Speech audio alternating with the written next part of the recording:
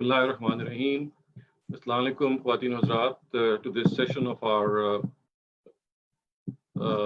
course on the Quran, which we are conducting ever since the past couple of weeks.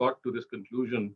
We came to this conclusion that primarily the Quran is a book of dialogues, and because it is a book of dialogues, we have to understand that a lot of things which the Quran discusses